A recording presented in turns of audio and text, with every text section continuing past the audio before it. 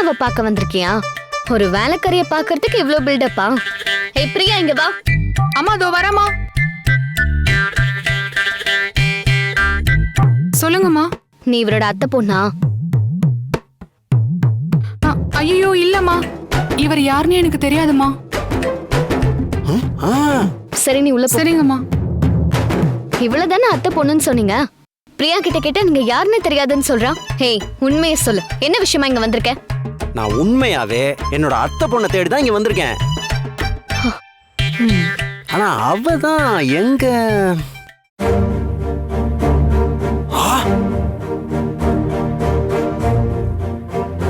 அதோ வரா பாருங்க மேடம், அவதான் என் தேவதை. அவளை பார்க்க தான் வந்தேன்.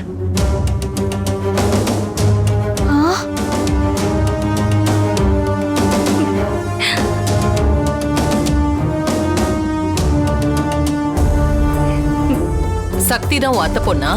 ஆமா மேடம். ஹே, இதுக்குதான் இவ்ளோ பில்டப் போட்டியா? வேலைக்காரி சக்தியை பார்க்கணும்னு சொல்லி ஆரம்பத்திலே சொல்லி தொலைச்சிருக்க வேண்டியதுதானே? திருத்தம், அவ உங்களுக்கு தான் வேலைக்காரி, எனக்கு அவ வீட்டுக்காரியா வர போற. சக்தி, இந்த பையன் ஒண்ணு அத்தை பொண்ணு அது இதுன்னு சொல்லிட்டு இருக்கான், உண்மையா? ஆமாமா, உண்மைதான். இவர் என் மாமா பையன், பேரு சூர்யா. பாத்தீங்களா மேடம், நாங்க 2 பேரும் பார்த்து 10 வருஷம் ஆச்சு. ஆனாலும் என் தேவதை என்னை எப்படி ஞாபகம் வச்சிருக்கா பாருங்க. சக்தி, எப்படி இருக்க? நான் நல்லா இருக்கேன் மாமா, நீங்க எப்படி இருக்கீங்க? எனக்கு என்ன, அட்டகாசமா இருக்க. உன்னை பார்க்க தான் பாம்பேல இருந்து வந்திருக்கேன். தம்பி, நீ பாம்பேல இருந்து வந்திருக்கேன்னு சொல்ற, உடனே பாஷா பட பிளாஷ்பேக் சொல்லி எங்களை பயமுறுத்திட மாட்டியே? சே சே சே சே, எனக்கு பல டான்களை தெரியும், ஆனாலும் உங்களை பயமுறுத்த மாட்டேன். ஒன்னும் பயப்படாதீங்க. அந்த வேலைக்காரிக்கு சரியான லூசு தான் தாய் மாமனா கிடைச்சிருக்கான்.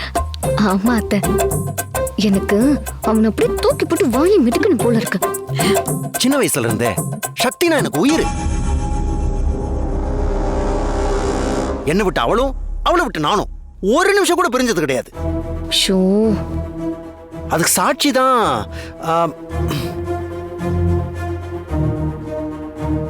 இதோ டான் டடாய்.